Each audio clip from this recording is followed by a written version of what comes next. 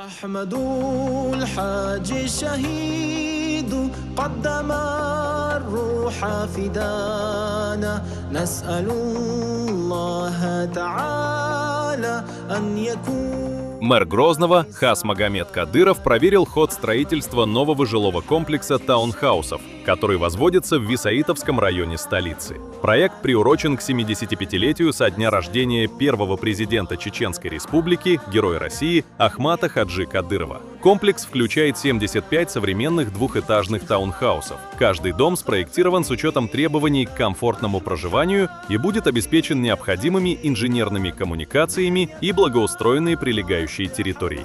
Строительство ведется по поручению главы Чеченской Республики, Героя России Рамзана Ахматовича Кадырова за счет средств регионального общественного фонда имени первого президента Чеченской Республики, Героя России Ахмата Хаджи Кадырова. В ходе инспекции мэр ознакомился с темпами работ. В настоящее время на объектах завершается устройство внутренних инженерных сетей, продолжаются работы по монтажу систем отопления и электроснабжения, выполняется внутренняя отделка помещений. Одновременно строители приступили к благоустройству общественных пространств. Также рядом с жилыми домами строятся объекты социальной инфраструктуры, включая мечеть и медресе.